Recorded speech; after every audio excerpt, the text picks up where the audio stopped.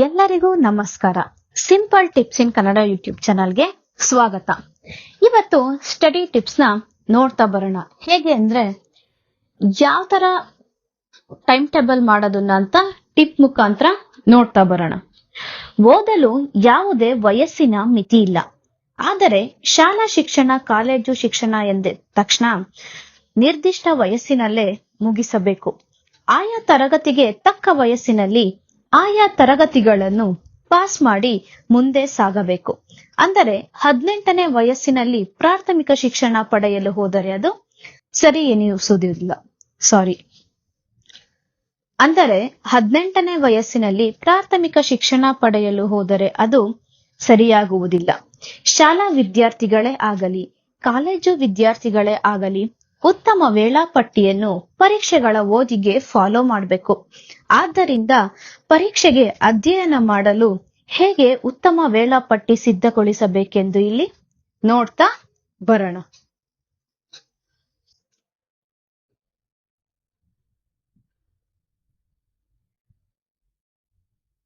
ಉತ್ತಮ study time ಹೇಗಿರಬೇಕು? ಓದಿನ ನಡುವೆ ಬ್ರೇಕ್ ತೆಗೆದುಕೊಳ್ಳುವಿಕೆ ಕಡಿಮೆ ಇರಬೇಕು. ಎರಡನೇದು, ಅಧ್ಯಯನದ ಪ್ರೋಗ್ರೆಸ್ ಟ್ರ್ಯಾಕ್ ಮಾಡಲು ಅನುಕೂಲವಾಗಿರಬೇಕು. ಮೂರನೇದು, ವೇಳಾಪಟ್ಟಿಯು ನಿರ್ದಿಷ್ಟವಾಗಿರಬೇಕು. ಮೌಲ್ಯಮಾಪನ ಮಾಡಲು ಅನುಕೂಲವಾಗಿರಬೇಕು. ವಾಸ್ತವಿಕ ಮತ್ತು ಸಮಯ ಆಧಾರಿತವಾಗಿರಬೇಕು. ನಾಲ್ಕನೇದು, ನಿಮ್ಮ ಮುಖ್ಯ ಉದ್ದೇಶಗಳನ್ನು ಈಡೇರಿಸಿಕೊಳ್ಳಲು ವೇಳಾಪಟ್ಟಿ ಉತ್ತಮ ವೇದಿಕೆಯಾಗಿರಬೇಕು. ಇನ್ನ ಉತ್ತಮ ಸ್ಟಡಿ ಟೈಮ್ ಟೇಬಲ್ ಯಾವ ತರ ನಾವು ಫಾಲೋ ಮಾಡಬೇಕು ಅಂತ ನೋಡ್ತಾ ಬರೋಣ. ಮೊದಲನೇದು, ಗೂಗಲ್ ಕ್ಯಾಲೆಂಡರ್ ಫಾಲೋ ಮಾಡಿ. ಪ್ರತಿ ವೀಕೆಂಡ್ಗೂ ವಿಶೇಷವಾಗಿ ಸ್ಟಡಿ ಪ್ಲಾನ್ ಮಾಡಿ. ಎರಡನೇದು, ಪ್ರತಿ ಚಾಪ್ಟರ್ ಓದಲು ಎಷ್ಟು ಸಮಯ ಬೇಕು ಎಂದು ವರ್ಕೌಟ್ ಮಾಡಿ. ಮೂರನೇದು, ಪರೀಕ್ಷೆ ದಿನಾಂಕ ಇನ್ನು 1 ತಿಂಗಳು ಇರುವಂತೆ ಸಂಪೂರ್ಣ ಪಠ್ಯಕ್ರಮವನ್ನು ಓದಿ ಮುಗಿಸಲು ಅನುಕೂಲವಾಗುವಂತೆ ವೇಳಾಪಟ್ಟಿ ಇರಲಿ. ನಾಲ್ಕನೇದು, ವೇಳಾಪಟ್ಟಿಯಲ್ಲಿ ಎಲ್ಲಾ ಸಬ್ಜೆಕ್ಟ್ಗಳು ಇದ್ದು ಉತ್ತಮವಾಗಿ ಅಧ್ಯಯನ ಮಾಡಲು ಸಮನಾಗಿ ಸಮಯವನ್ನು ಹಂಚಿರಿ.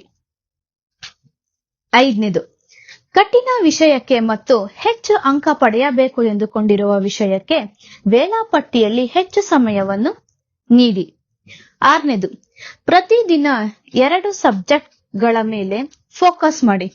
ಇದಕ್ಕಿಂತ ಹೆಚ್ಚು ಸಬ್ಜೆಕ್ಟ್ಗಳ ಮೇಲೆ ಫೋಕಸ್ ಮಾಡಲು ಎನರ್ಜಿ ಸಾಲುವುದಿಲ್ಲ ಎನಿಸಬಹುದು. ಹಾಗೆ 1 ಸಬ್ಜೆಕ್ಟ್ ಓದಿದ ನಂತರ ಬ್ರೇಕ್ ತೆಗೆದುಕೊಳ್ಳಿ. ಏಳನೇದು, ಪರೀಕ್ಷೆ ಹತ್ತಿರಕ್ಕೆ ಬರುವ ಮೊದಲೇ 3 ದಿನಗಳಿಗೊಮ್ಮೆ ಪ್ರಾಕ್ಟೀಸ್ ಟೆಸ್ಟ್ ತೆಗೆದುಕೊಳ್ಳಿ. ಎಂಟನೇದು, ಟೈಮ್ ಟೇಬಲ್ ನಲ್ಲಿ ಪ್ರತಿ ಸಬ್ಜೆಕ್ಟ್ಗೂ ಬೇರೆ ಬೇರೆ ಕಲರ್ ಬಳಸಿ. ಇದರಿಂದ ಸುಲಭವಾಗಿ ಟೈಮ್ ಟೇಬಲ್ ನೆನಪು ಉಳಿಯುತ್ತದೆ, ಫಾಲೋ ಮಾಡಲು ಉಪಯುಕ್ತವಾಗುತ್ತದೆ. ಒಂಬತ್ತನೇದು, ಉತ್ತಮ ನೆನಪಿಗೆ ಮೆದುಳಿಗೆ ರೆಸ್ಟ್ ಸಹ ಅಗತ್ಯ. ಆದ್ದರಿಂದ ಮೆದುಳಿಗೆ ರಿಫ್ರೆಶ್ ನೀಡಲು ವೇಳಾಪಟ್ಟಿಯಲ್ಲಿ ರೆಸ್ಟ್ಗೂ ಸಮಯ ಮೀಸಲಿಡಿ. ಹತ್ತನೇದು, ಟೈಮ್ ಟೇಬಲ್ ಅನ್ನು ಪ್ರತಿದಿನ ಬೆಳಗ್ಗೆ ಒಮ್ಮೆ ಓದಿರಿ. ನಿಮ್ಮ ಅಧ್ಯಯನದ ಪ್ರೋಗ್ರೆಸ್ಗೆ ತಕ್ಕಂತೆ ಟೈಮ್ ಟೇಬಲ್ ಅಪ್ಡೇಟ್ ಮಾಡಿರಿ. ನೋಡಿದ್ರಲ್ಲ, ಈ 10 ಸಿಂಪಲ್ ಸ್ಟಡಿ ಟಿಪ್ಸ್ ನ ಫಾಲೋ ಮಾಡಿದ್ರೆ ನಿಮ್ಗೆ ಒಂದೊಳ್ಳೆ ಸ್ಕೋರಿಂಗ್ಗೆ ಈಸಿ ಆಗುತ್ತೆ. ಟೈಮ್ ಟೇಬಲ್ ಮಾಡೋದ್ ದೊಡ್ಡದಲ್ಲ, ಟೈಮ್ ಟೇಬಲ್ ಮಾಡಾದ್ಮೇಲೆ ಅದೇ ರೀತಿ ನಾವು ಓದ್ತಾ ಹೋಗ್ಬೇಕು ಅಂತ ಹೇಳುತ್ತಾ, ಈ ವಿಡಿಯೋ ಇಷ್ಟ ಆದಲ್ಲಿ ಲೈಕ್ ಮಾಡಿ, ಶೇರ್ ಮಾಡಿ, ಕಮೆಂಟ್ ಮಾಡಿ ಹಾಗೂ ಸಬ್ಸ್ಕ್ರೈಬ್ ಮಾಡಿ, ಬೆಲ್ ಬಟನ್ ನ ಮರಿದಲೆ ಟ್ಯಾಪ್ ಮಾಡಿ ಅಂತ ಹೇಳ್ತಾ ಈ ವಿಡಿಯೋನ ಇಲ್ಲೇ ಎಂಡ್ ಮಾಡ್ತಾ ಇದ್ದೀನಿ. Thank you.